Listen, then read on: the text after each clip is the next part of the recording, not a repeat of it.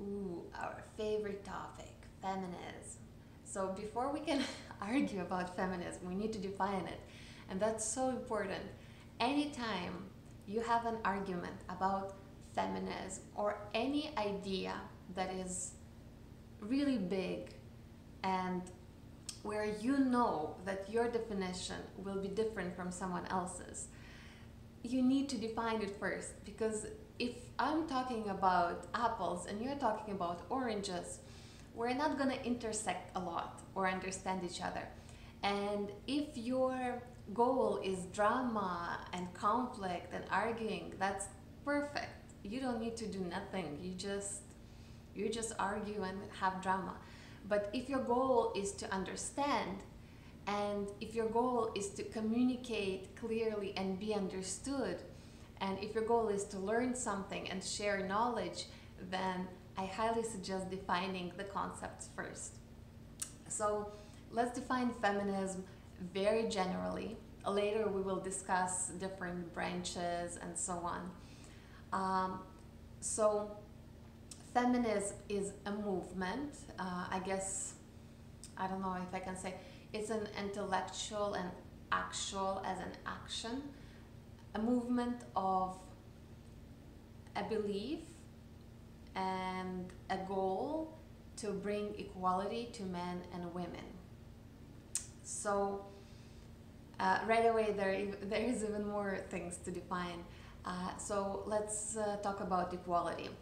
Uh, I, it's one of the most misunderstood terms when it comes to feminism, and understandably so, that's a different discussion.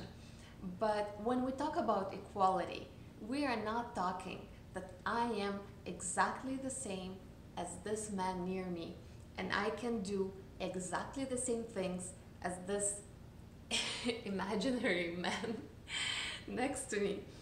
Um, Women, it's biologically proved. We don't need to argue, and there's nothing wrong with that. We are biologically different from men in many ways. Generally, women are smaller, men are larger, men are stronger, men are faster, men have testosterone that makes them more aggressive.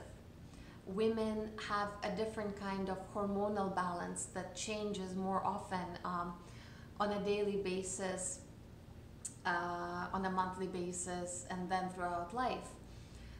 Women menstruate, which men, biological men as in sex, not gender, uh, don't do. And that breaks down the equality based on what women have to go through physically. Women carry babies, give birth, and are the primary caregivers typically, again biologically, if they breastfeed for at least 1 or 2 years. So we are not equal, and I think it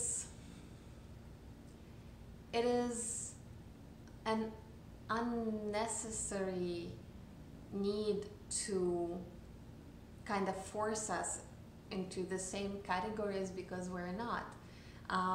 Even, let's say, even ethnically, ethnicities, certain ethnicities are stronger and faster.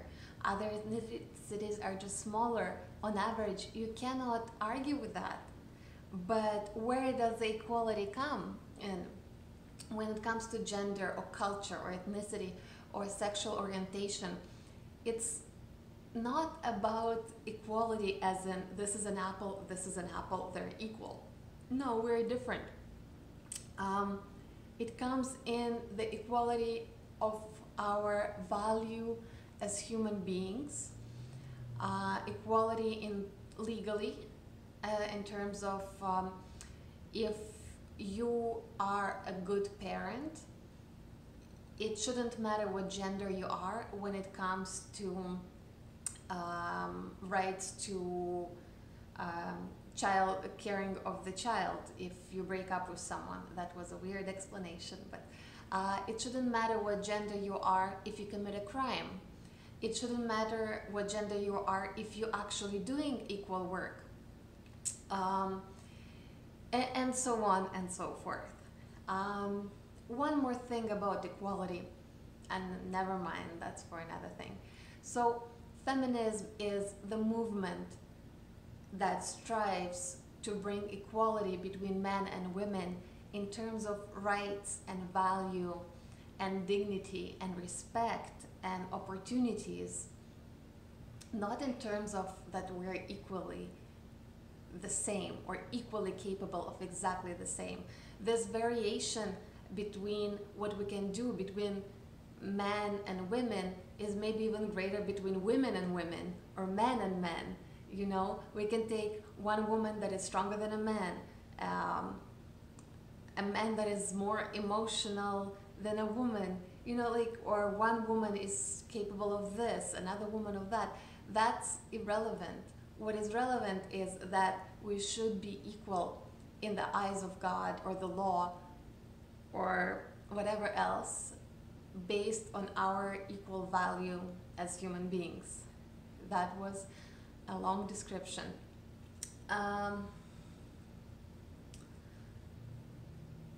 So feminism. I will make another video on that. I need to finish the thought. So why do we need feminism if everyone matters, all lives matter, all this matters? Why do we need to separate women and men? So we're not really fully separating women and men. We are focusing on an issue. So it's the same thing if, let's say, someone says, oh, I really want to work and help eradicate AIDS from the world. And someone says, no, but you know what, cancer is also very important. You should focus on cancer too. And someone else says, well, you know what, diabetes is super important. Heart disease is super important. No, you should do all this. But that's not the point, right?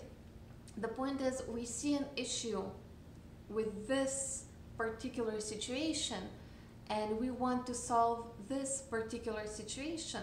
And solving this will help everyone.